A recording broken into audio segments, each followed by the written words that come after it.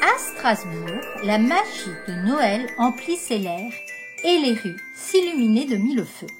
Mais au milieu de la fête, un homme généreux et respecté, Saint Nicolas, se retrouvait face à un défi inédit. Chaque année, il avait pour mission de faire le tri entre les enfants sages et ceux plus espiègles, mais cette fois, quelque chose manquait. Sans le père Fouettard pour l'aider, il ne savait pas comment accomplir sa tâche.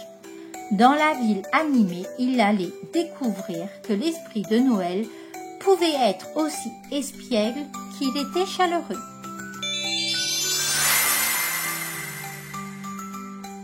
Dans la ville animée de Strasbourg, Noël approchait à grands pas. Saint Nicolas, un homme d'affaires généreux et influent, était célèbre pour sa bienveillance envers les enfants. Chaque année, il observait les enfants pour voir ceux qui avaient été particulièrement gentils et ceux qui avaient encore quelques petites bêtises à corriger. Mais cette année, quelque chose de différent était dans l'air. Sans le père Fouettard pour l'aider à faire le tri, il ne pouvait pas remplir sa mission correctement. C'était lui qui avait le super pouvoir de déceler les enfants les plus malicieux.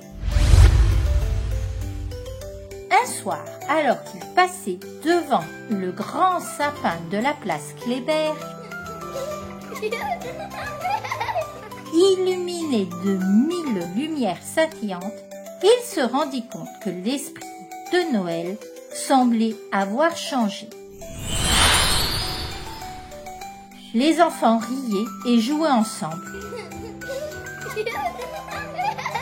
Mais certains d'entre eux étaient particulièrement espiègles, volant des bonbons et faisant des farces aux autres.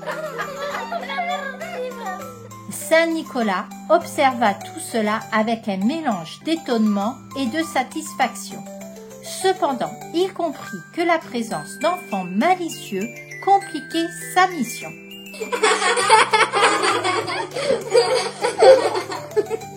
L'absence du père Fouettard se faisait sentir, car c'était lui qui savait détecter les enfants les plus malicieux. En scrutant les visages des enfants, Saint Nicolas remarqua des regards malicieux. Un groupe de jeunes se cachait derrière le sapin, des bonbons à la main, riant aux éclats. L'un d'entre eux lança une boule de neige sur l'autre, déclenchant une bataille de boules de neige à travers la place. Cela ne va pas, pensa Saint Nicolas. Il savait que ces comportements nécessitaient un encadrement. Saint Nicolas chercha alors son ami et découvrit des traces de petits pieds dans la neige devant la maison du père Fouettard. En les suivant, il réalisa qu'il s'agissait probablement de lutins, ces petits êtres espiègles qui aimaient jouer des tours. Finalement, il retrouva le père Fouettard dans une ruelle entouré de lutins. Les lutins étaient en train de s'amuser, tentant de capturer le père Fouettard. L'un d'eux était accroché à une jambe, un autre était suspendu par le pied dans la main du père Fouettard, tandis qu'un troisième essayait de le ligoter avec une guirlande. Le spectacle était comique. Mais Saint Nicolas savait que cela ne pouvait continuer. « Que se passe-t-il » demanda Saint Nicolas, souriant devant la scène. Le père Fouettard, avec un regard amusé, répondit « Ces petits farceurs pensent qu'ils peuvent me capturer.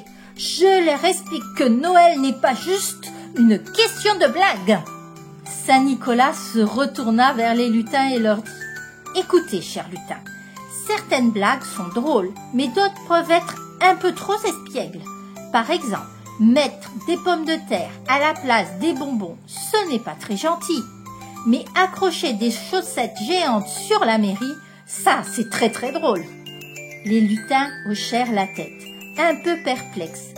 Saint Nicolas poursuivit. « Vous êtes comme les enfants. Parfois, il faut vous expliquer ce qui est rigolo et ce qui ne l'est pas. » Les lutins, ravis de l'idée, acquiescèrent avec enthousiasme.